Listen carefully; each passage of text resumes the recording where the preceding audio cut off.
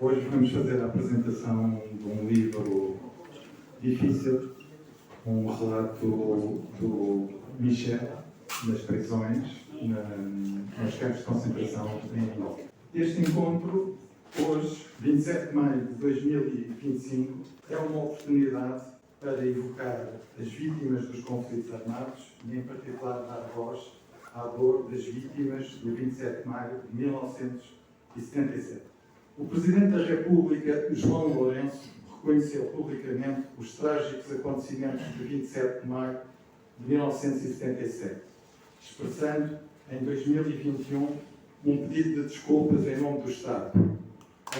Anunciou ainda medidas concretas para honrar a memória das vítimas, incluindo a edição de certidões de óbito às famílias e a localização dos restos mortais de figuras como Nito Alves, Jacob João Caetano, monstro imortal, Eduardo Ernesto Gomes, Bacalov, Arsénio José Lourenço Mesquita, Ciarnov e outros.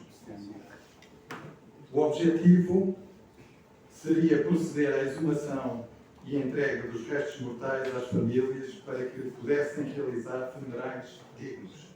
Este gesto surpreendente foi amplamente considerado um passo significativo rumo à reconciliação nacional e ao reconhecimento dos erros cometidos durante aquele período da história de Angola. No entanto, em 2025, os sobreviventes e as famílias dos desaparecidos, mais de 30 mil pessoas, continuam frustrados e sentem-se tratados como se fossem perigosos leprosos. No contexto dos 50 anos de independência nacional, 1975-2025, tomamos a liberdade de reeditar as memórias de Michel, um sobrevivente de um indigno campo de concentração. Aproveito para felicitar a coragem do autor, um dos primeiros a passar para o papel a violência dos campos de concentração em Angola.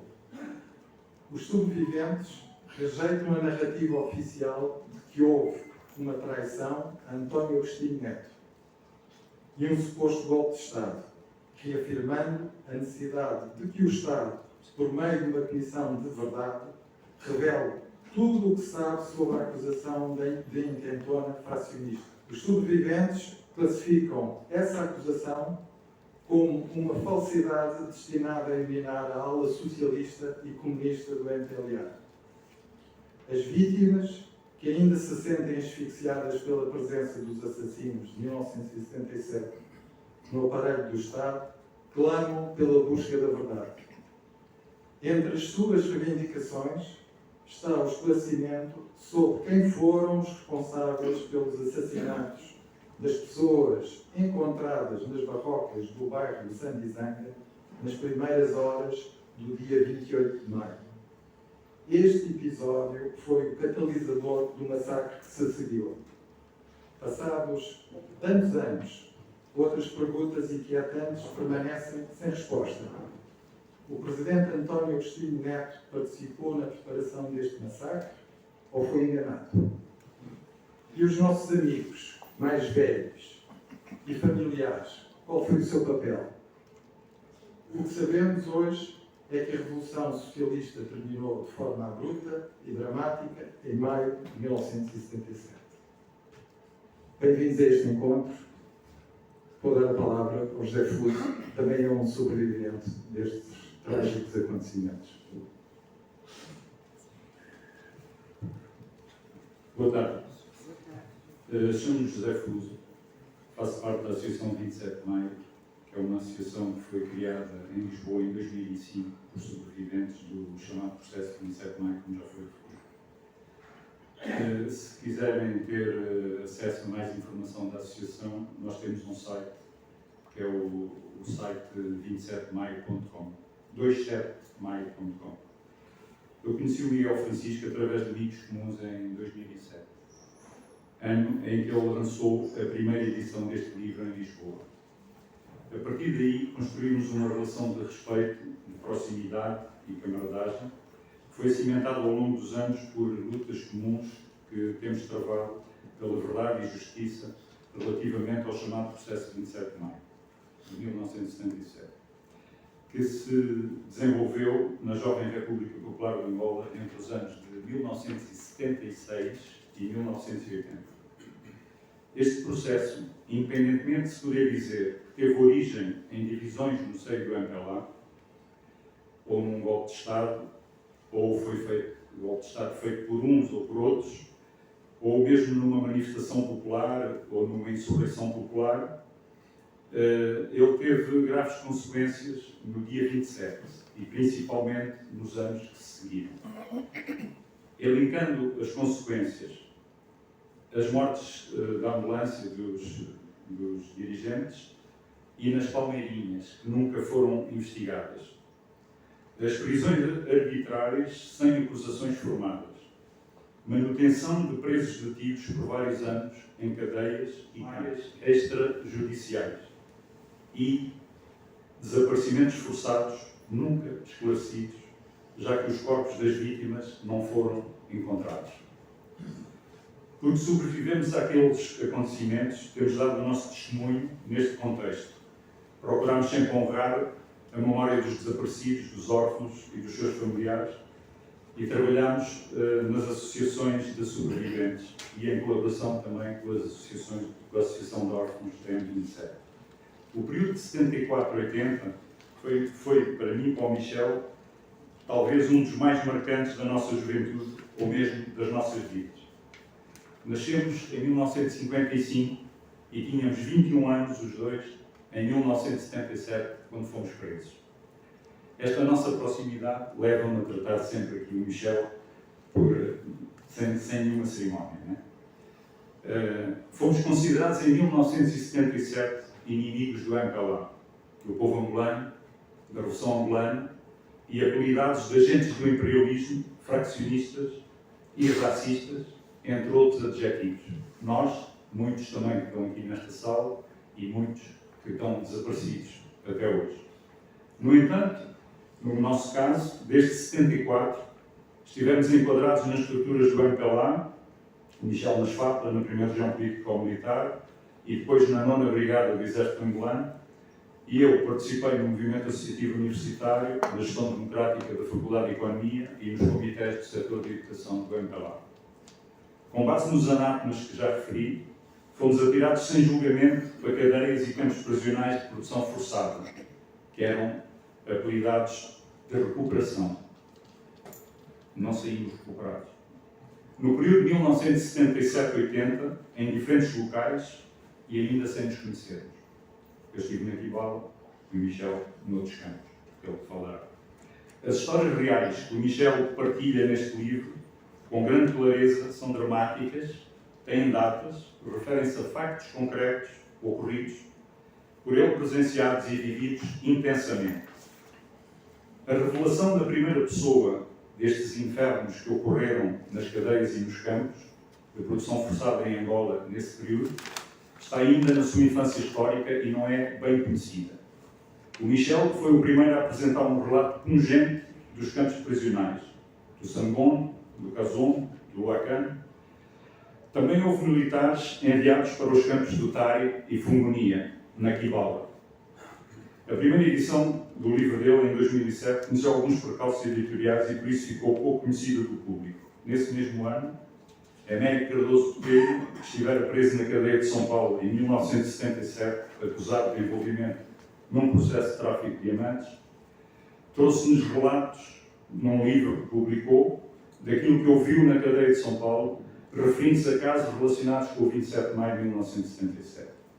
Em 2017, José Reis, está aqui também, preso no processo de 27 de maio, primeiro na cadeia de São Paulo e posteriormente no campo da Kibala, relatou-nos nas suas memórias as torturas que sofreu e a vida difícil dos presos nestes locais. Em 2019, Carlos Taveira, preso no processo da OCA, da Organização Comunista Angolana, fez uma descrição do que viveu na cadeia de São Paulo muito pormenorizada entre os anos de 77 e 79. No entanto, nos campos militares, apenas o Michel nos trouxe até hoje estes relatos dramáticos, inacreditáveis, de crimes bárbaros, de mortes por fome, de frio, de fuzilamentos, de assassinatos a sangue frio, com tiros na cabeça, com nomes dos autores, dos crimes e das vítimas. Este livro tira o sono e dói muito, mas não deve ser escondido, não pode ser esquecido, deve ser lido para memória presente e futura como um contributo único do que aconteceu aos militares que passaram pelos campos prisionais naquele período de 77 a 80. Muito obrigado.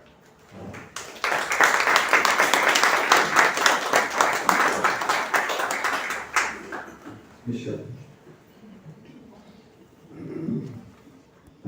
Boa tarde a todos. Antes de mais, os meus agradecimentos. Vejo a fala muito bem composta.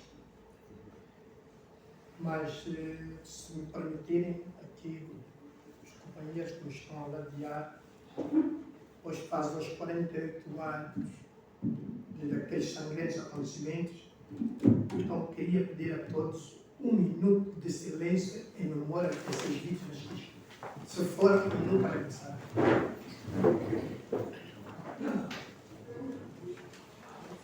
O autor deste livro,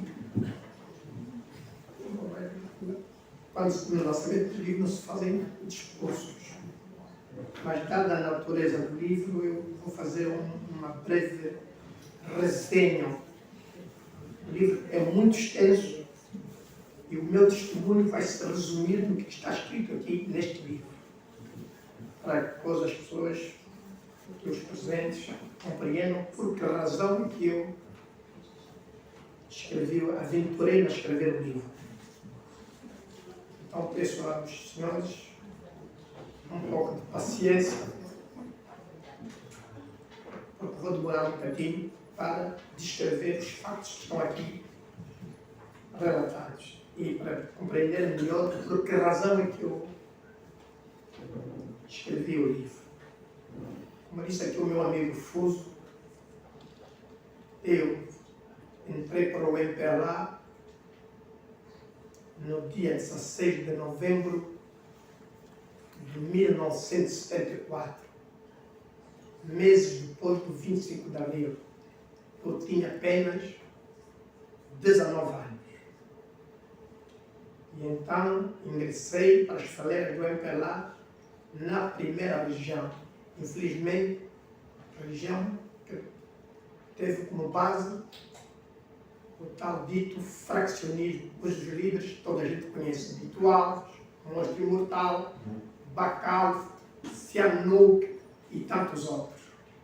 Talvez tenha sido esse meu azar para as consequências que depois os senhores conhecerão ao longo dessa descrição que vou fazer. Eu, depois de fazer a recruta no Circo Autobola, depois fui para o Circo Mocenga, por outras vicissitudes que não vou aqui descrever porque são muito longas, fui parar para a 9ª Brigada na Companhia de Reconhecimento e Blindagem, onde me especializei em tanques e berdeiros. E foi aí que começou o meu calvário. Quando se deu o 27 de maio, escutem bem o que estou aqui a dizer, eu só estou vivo hoje porque a própria minha sina, o meu destino, assim ficou traçado. Porque no dia 21 de maio, sábado, à tarde, eu estava no quartel, em serviço. E aqui começa a minha sorte, talvez. Quando se expulsou o Nito Alves Zevanduna naquele célebre comício presidido pelo seu presidente Neto na altura, eu estava no quartel. E saio no domingo, dispensado. Tinha 21 anos. Vou para casa, durmo lá com a obrigação de voltar a apresentar-me na quarta-feira, terça-feira de manhã. Ela ficava hoje, aquele gajo tinha folga, domingo, segunda, na terça-feira para apresentar. O que acontece? Na segunda-feira, à tardinha, já nas 2, para eu me preparar para ir para o quartel, vou à casa de um amigo meu, Mário Pizarro, não sei algum aqui que vocês conhecem, foi vice-governador do Banco Nacional, está cá em Angola, está aqui em Portugal, desculpa. Vou à casa dela, mas como eu não estava muito habituado, eu gostava de tomar só ginzinho, tônico. Deu um bocadinho para beber. Eu bebo aquele gin e o gin faz-me mal. Dá-me uma crise infernal de estômago. Escutem bem. E vou parar no hospital militar na terça-feira, exatamente no dia que eu tinha que me ir apresentar lá no quartel. Chego no hospital, o médico cubano que me consultou e observou, disse: você deve ter uma crise, você deve ter uma úlcera de estômago. Então você toma esse medicamento e vai ter um repouso de 3 dias. Que seria terça, quarta, quinta, para ir me apresentar na sexta-feira. Sexta-feira é que se dá o chamado 27 de maio. Eu acordo, sexta-feira de manhã, já com tiros em minha casa. Isso está tudo no livro, estou a fazer resumo do livro. Perante aquele caso, eu ainda fui à Rádio Nacional. Fui à Rádio Nacional, vi o que estava a passar. Neste dia que eu conheci lá a Unícia, irmã do Rogério, foi nesse dia que ela estava lá no quartel, estava lá na Rádio Nacional, a apoiar também o levantamento. E como eu estava em convalescência, minutos depois eu voltei para casa.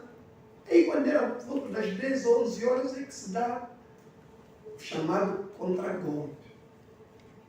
Eu assisti todo o processo do controle da Rádio Nacional e da ocupação do meu quartel de Dragões por cubanos.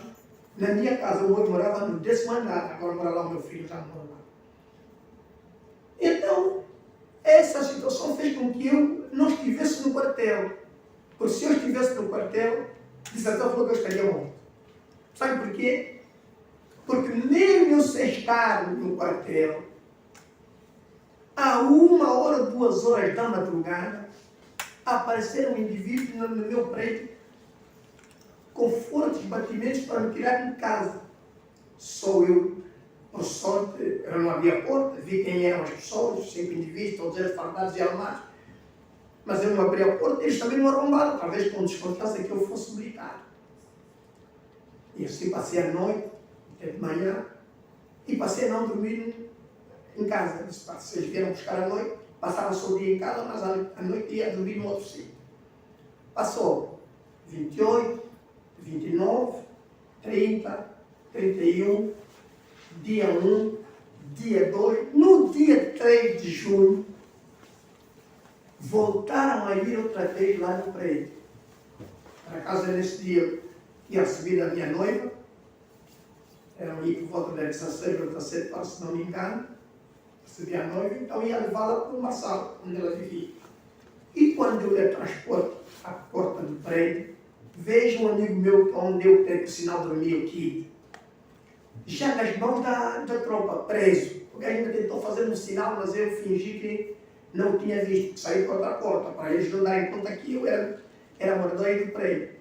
Rapidamente levei a miúda até ir na Avenida Brasil, despedi-me dela e avisei-a que as coisas estão boas, se eu não voltar a procurá-la, e por aqui já fui preso. E diga certo, quando eu volto, aí por volta de 10 a 9 horas,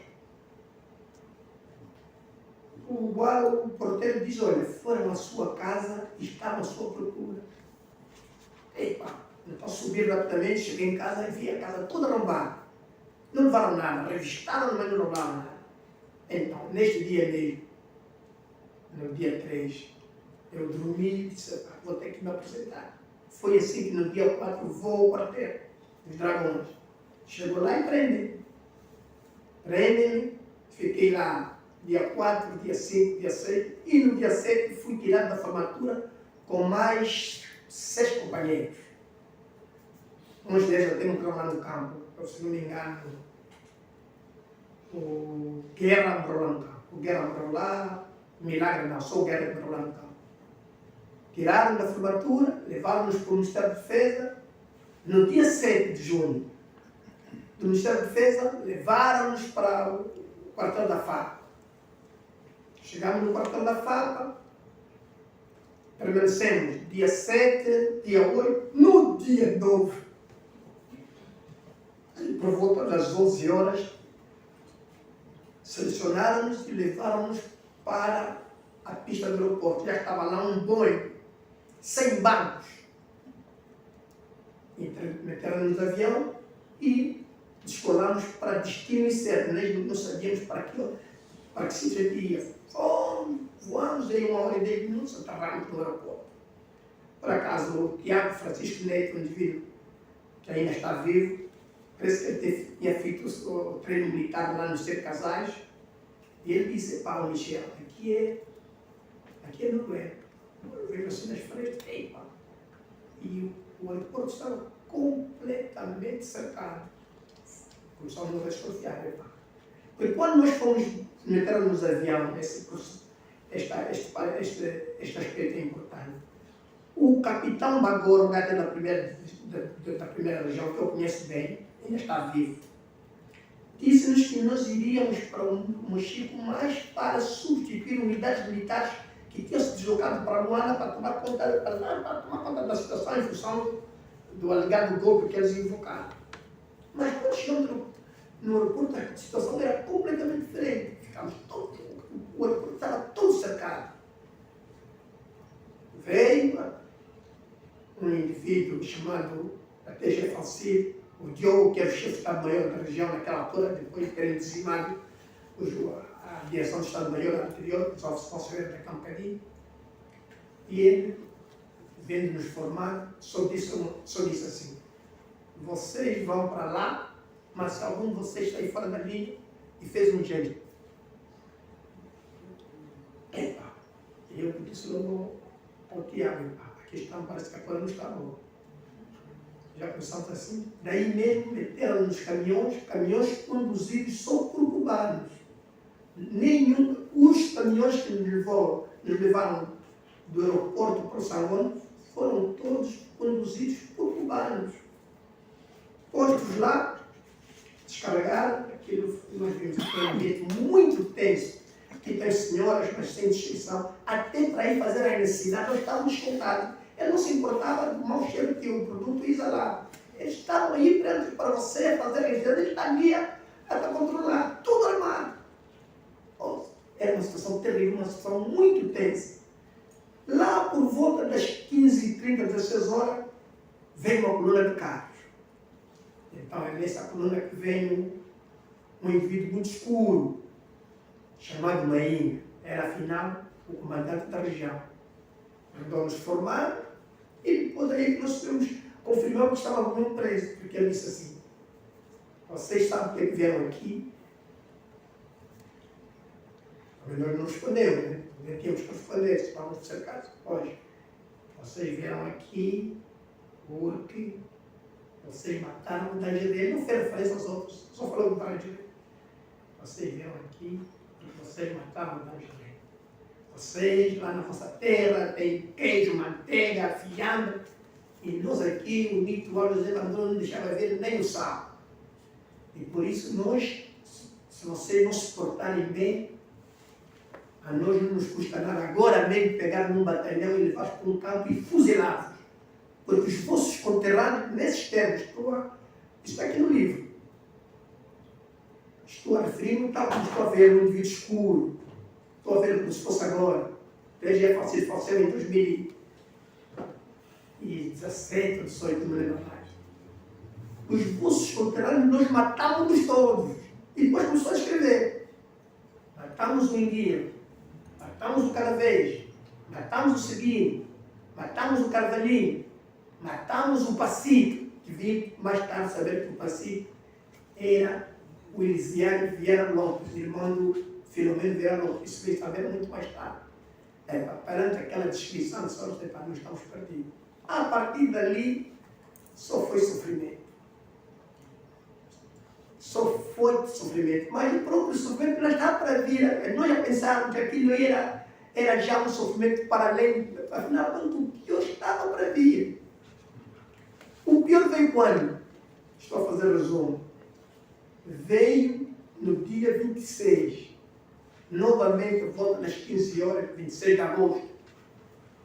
Depois de toda a malta que tinha sido desterrada de Luanda para o Mochico, com porque uns estavam na cadeia da central, outros estavam na BTR, todos ficaram concentrados no Sangonde, era muito, eu não sei se eram 2, 3 mil, isso ninguém pergunta, eu não sei dizer. Então, nesse dia 26, voltou a vir outra vez para o campo uma Inga, o mesmo comandante que nos tinha feito aquele discurso diabólico, apareceu outra vez, mandou-nos formar outra vez, formamos. Olha o espanto, manda descargar uns fardos. Descargaram os fardos, depois ordenou. As primeiras companhias, por acaso eu fui das vítimas, estava na frente. A minha companhia, mais uns tantos, eram 1.600 e tal pessoas. Tiraram da farda até roupas interiores, tiraram tudo. Começaram a nos dar aquelas vestimentas, uns com camisolas e outros com batinas. Eu, por acaso, felizmente, caí com as batinas. Verão porque que depois é que felizmente. Eu tinha as batinas, todo mundo com calção, éramos aí um total de 600 e tal pessoas nesse dia. Depois já de vestidos, lá a calendaria estava escrito aqui, pé atrás, pé no lado. Nas camisolas também, pé aqui no peito, pé atrás e pé aqui nos calções. Disse assim, vocês agora vão no lugar onde vocês merecem.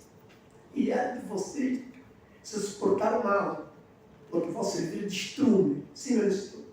Ai de você que se suportar mal, vão servir de estrume. Portanto, comportem-se bem. Aí pronto, ordenaram, outra vez caminhões cubanos, já escoltados, levamos até ao caminho de ferro de CFB, né? Caminho de ferro. Então, chegamos ali, metemos em vagões de carga. Vagões de carga.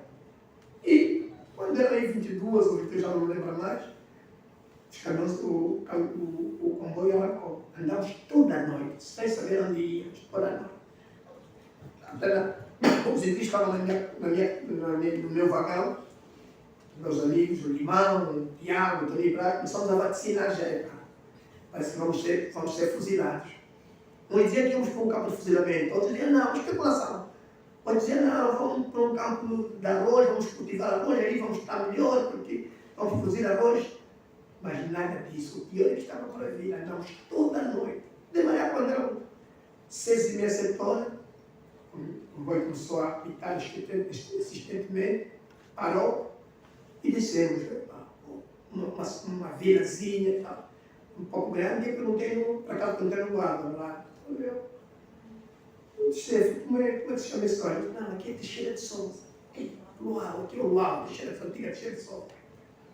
Lá nós desembarcamos, mandámos fomos fazer as necessidades, fazer um pequeno toalete, e até para preparar algumas coisinhas que nós ainda tínhamos, para fazer aí, improvisamos uns alimentos. Afinal de contas, enquanto nós embarcávamos no Luene, eles também carregavam caminhões. São 2 viagens. A primeira viagem de comboio até o Luau, e a segunda é que vai ser de carro até lá no Campo da Morte. Sem que a gente saber onde íamos. Tão logo nós acabamos de nos preparar, os guardas orientaram logo, subir para os caminhões.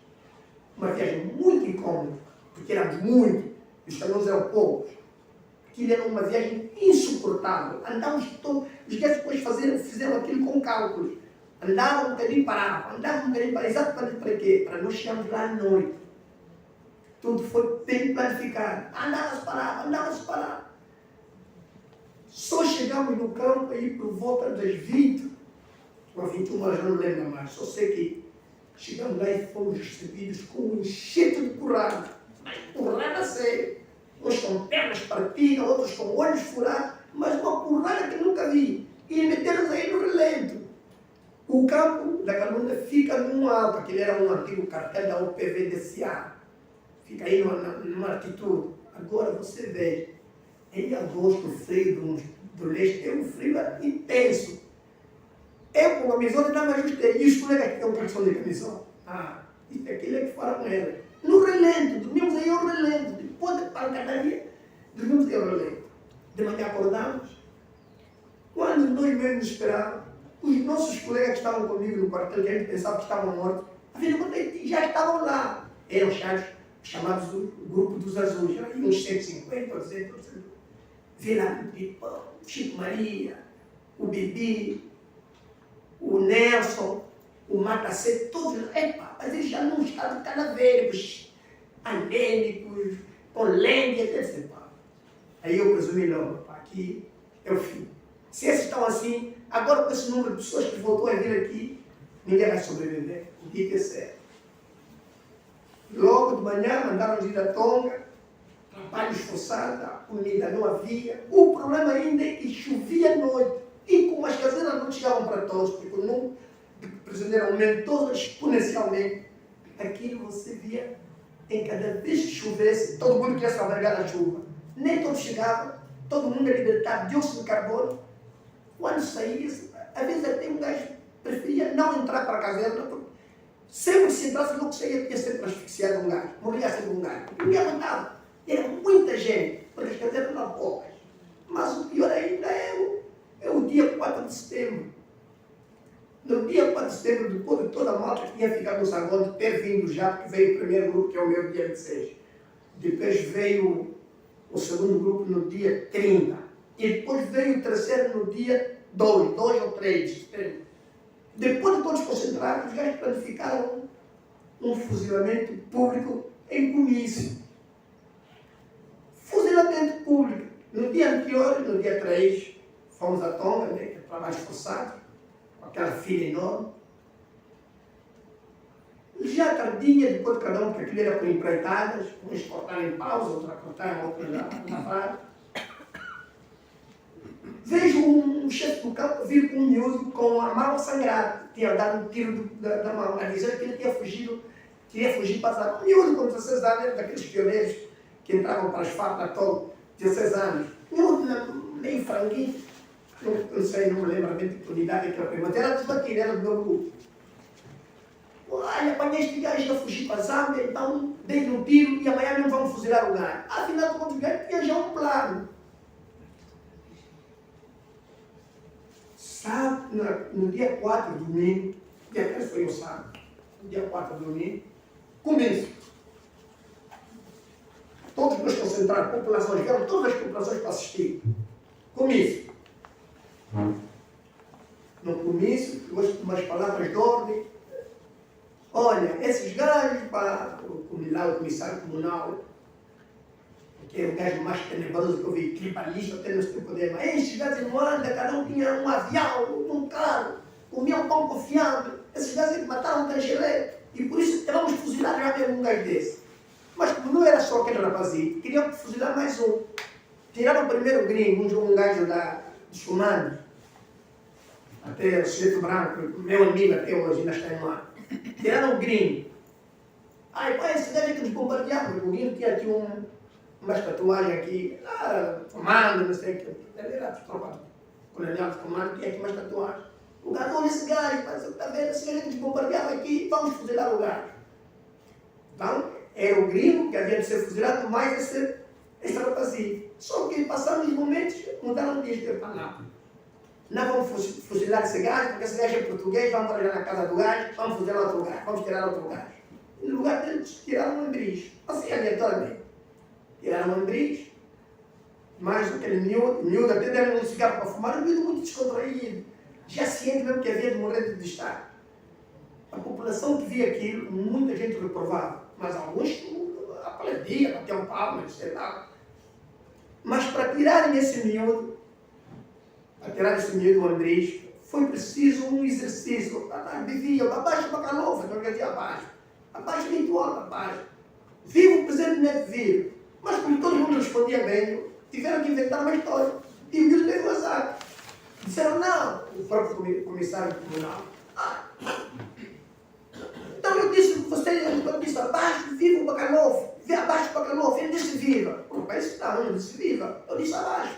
Não, você disse viva. Toda a refilar. Tirou o nome da formatura. Puta amor.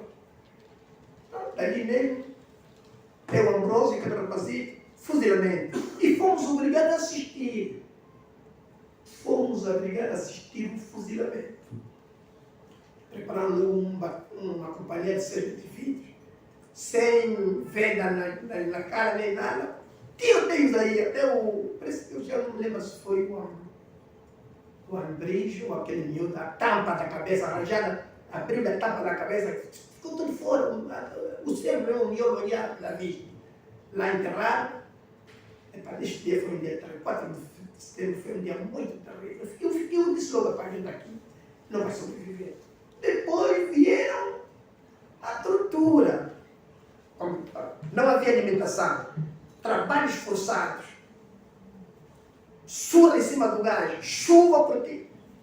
Quando veio, entrou uma peste no campo que chegaram a morrer 12 pessoas. Por dia eu contei 12. Eu pessoalmente, depois, como aquilo ficou, a situação se tornou tão insuportável, já nos finais de setembro, o campo começou a ficar vazio. Sabe por quê?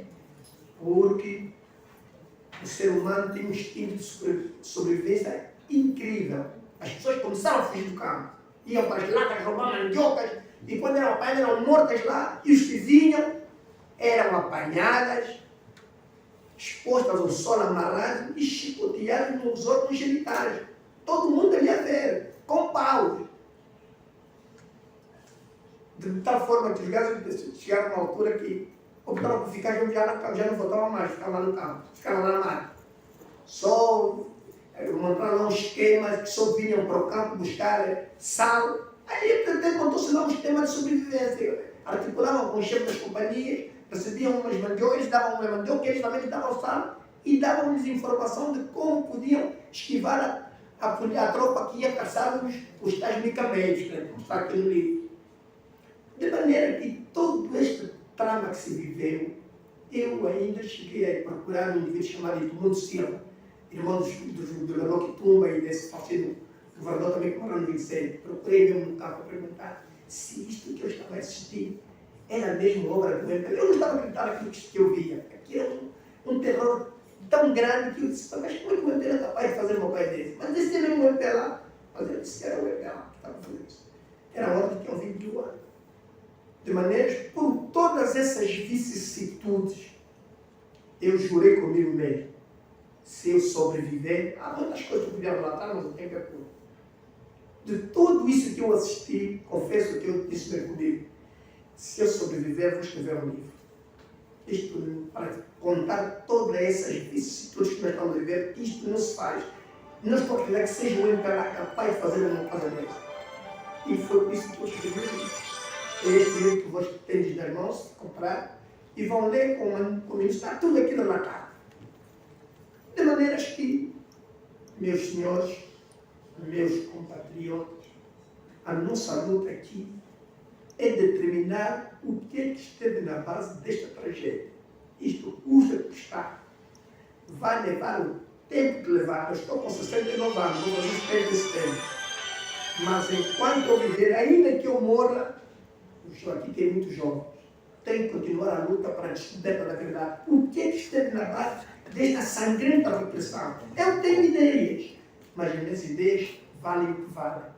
O importante é que se crie mesmo, todo mundo tem que pressionar. E não é isso que ela ia fazer da Civicop lá com essa farsa das ossadas, não. Teremos mesmo que forçar o governo a abrir as mãos e criar uma comissão da verdade para se determinar os contornos que estiveram na base desta tragédia, fundamentalmente aquilo que eu vi lá no campo. Não vou me alongar muito, porque isso tem que curto. Muito obrigado pela atenção. Estou aberto a perguntas se as tiverem.